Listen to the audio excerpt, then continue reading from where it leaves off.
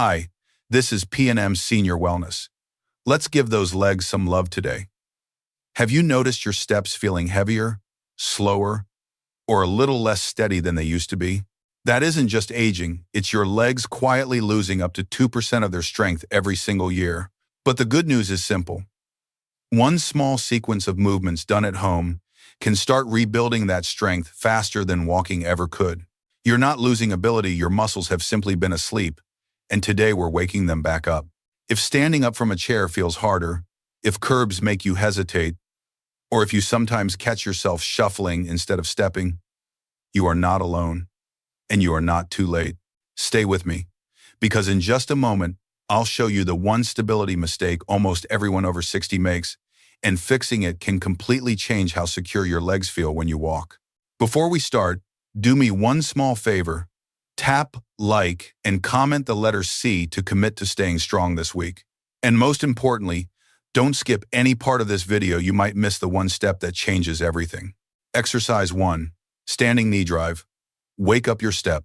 Let's begin this first movement by reconnecting with something many people over 60 don't even realize they've started to lose: the power to lift the legs smoothly and confidently.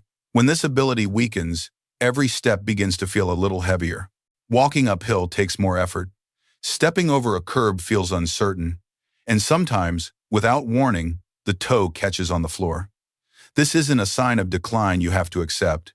It's simply your hip flexors, your core, and the deep stabilizers around your pelvis growing quiet from years of sitting and small steps that never challenge them.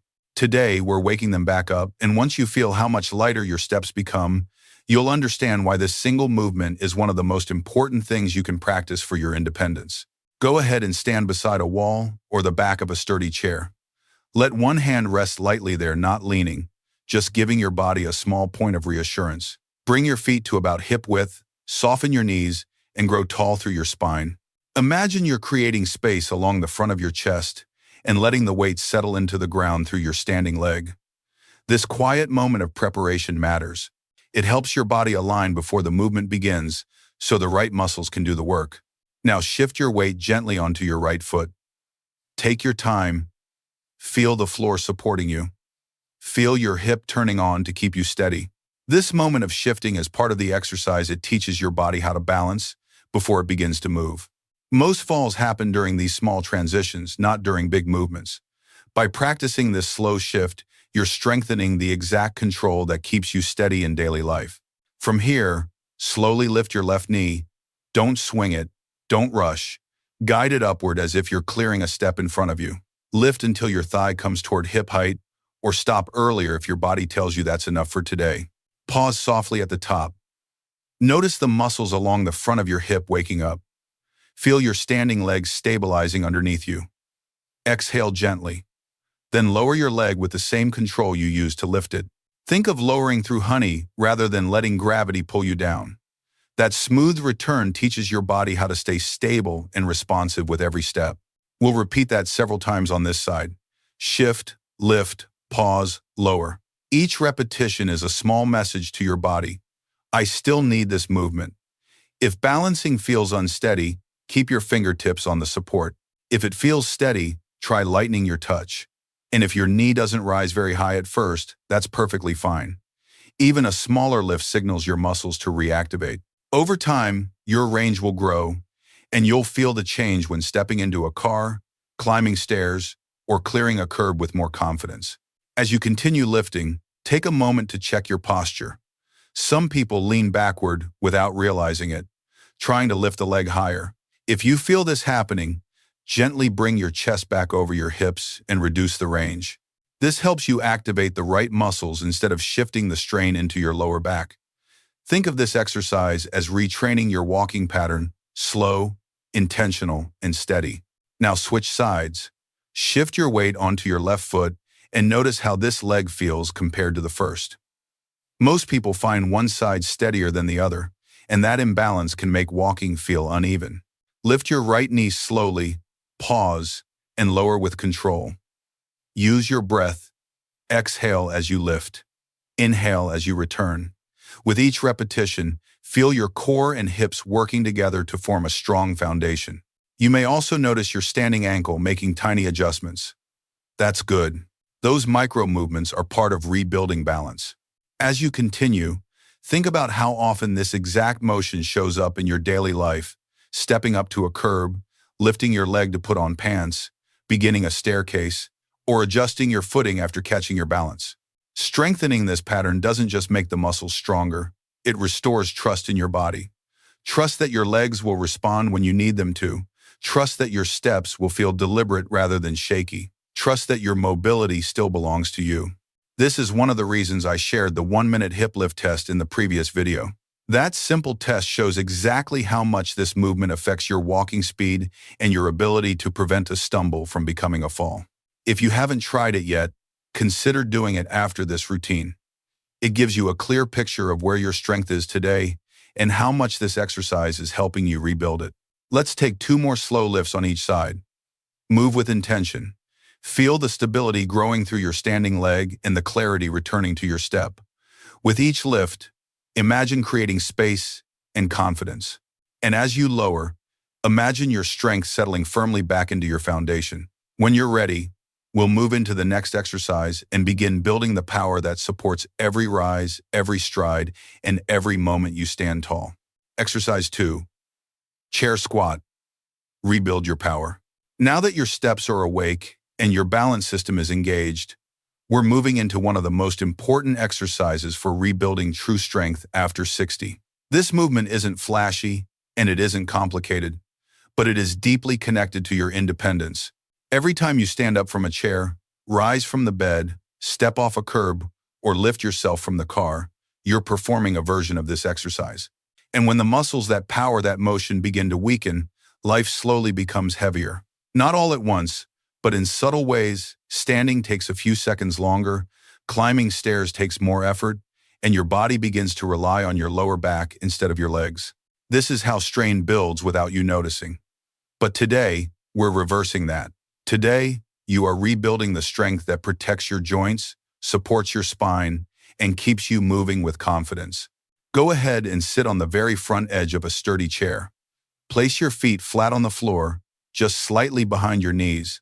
This position matters because it sets your legs up to do the work instead of your hands or your back. Now bring your chest tall, open across the front of your ribs, and let your shoulders relax down. Take a moment to settle into your body. Feel your feet grounded. Feel your breath soft and steady. From here, lean forward just a little enough to let your body say, "Yes, I'm ready to stand." This gentle forward hinge isn't cheating. It's the natural movement your hips are designed for. It prepares your thighs and glutes to support you. Now press through your heels and begin to rise. Don't rush. Let your legs take the load. Stand all the way up, stacking your spine tall at the top. Pause for a moment and feel that strength you created that lift. Then lower yourself back down with the same level of control. Instead of dropping into the chair, imagine you're lowering onto a soft cushion and want to place yourself down gently. That lowering is where real strength is built. It teaches your body to stay steady during transitions, especially the ones that tend to make people lose balance. Let's do it again. Lean slightly, press through the heels, stand tall, pause, and lower with intention. As you continue, pay attention to your knees. Make sure they're not caving inward. If they want to, gently guide them outward so they follow the same direction as your toes.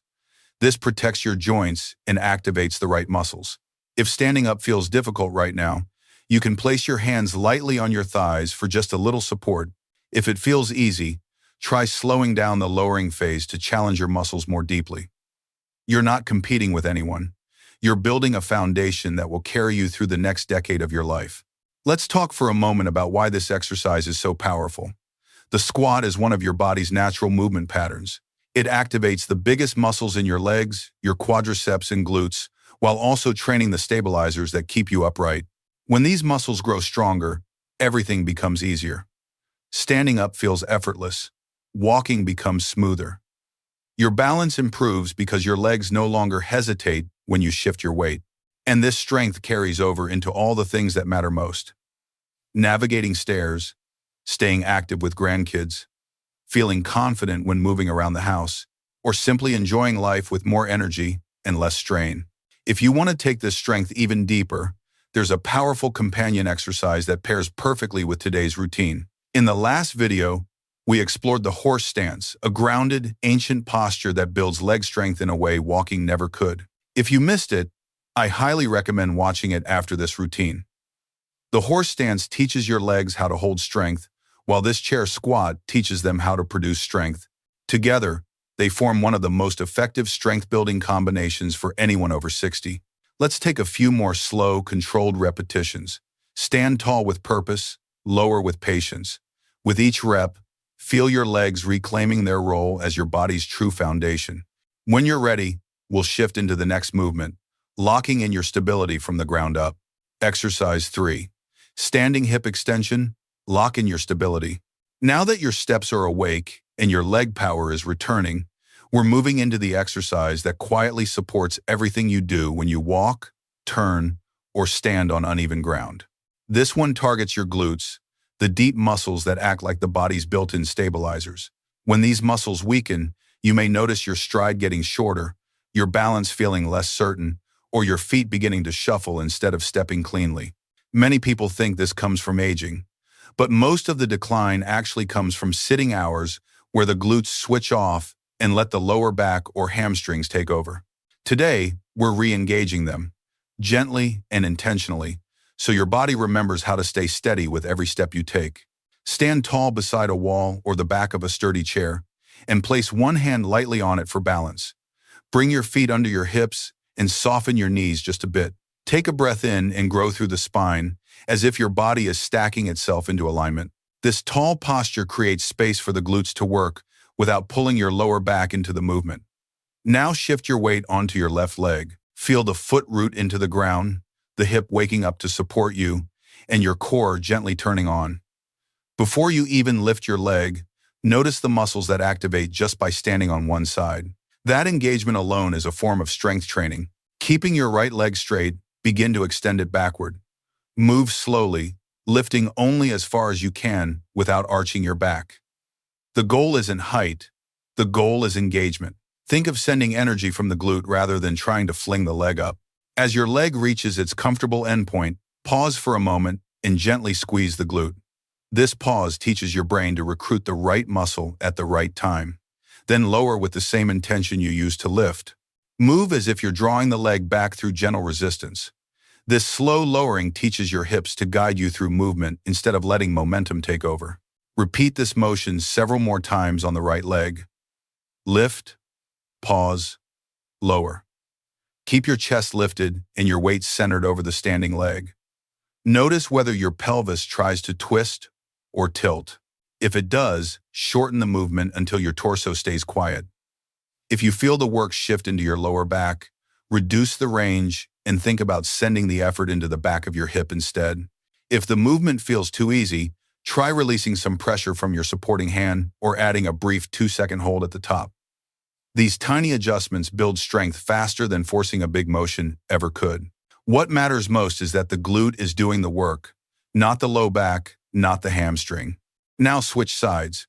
Shift your weight onto your right leg and extend your left leg backward with that same slow, steady rhythm. As you move, notice how your balance responds.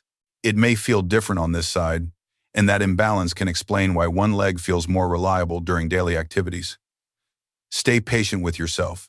These small reps create profound improvements in stability. With each controlled lift, your body learns to support you better during real-life challenges. Stepping off a curb, changing direction, reaching for something on a shelf. This exercise doesn't just strengthen the glutes, it refines your body's ability to stay stable when your weight shifts from one side to the other. That's one of the key skills needed to prevent falls, walk on uneven ground, or feel confident moving outdoors on grass, gravel, or sloped surfaces. These small, controlled movements build the quiet kind of strength that supports your everyday life without you even noticing it. Many people are surprised to discover that improving this simple backward leg lift can help them take longer strides, reduce stiffness in the hips, and stand up from chairs with more ease. That's because strong glutes support the pelvis, and a supported pelvis allows the lower body to move more freely. Let's take a few more repetitions on each side, focusing on smooth movement and steady breath. Lift with intention. Pause with awareness. Lower with patience. With every repetition, you're teaching your body to stay upright, aligned, and secure. And with every lowering, you're training your hips to guide your steps with strength and control. This is the kind of strength that doesn't just help you during exercise. It helps you when you wake up in the morning, when you carry groceries, when you navigate a crowded room, or when you simply want to trust your body to move without hesitation. When you're ready, we'll bring all three exercises together and show how they rebuild the foundation that keeps your legs steady, your balance confident, and your independence strong. Thank you for watching this routine. Before you go, tell me in the comments which part of today's practice made your legs feel most steady or most awake. Remember, the biggest mistake people make after 60 is moving through daily life without engaging the muscles that keep them stable. And today you corrected that with intention and care. Every small, consistent session rewires your balance, strengthens your stride, and protects your independence more than you may realize in the moment. Be gentle with yourself, stay patient with your progress, and return to these movements whenever your body needs support. Keep showing up for your strength, one quiet step at a time.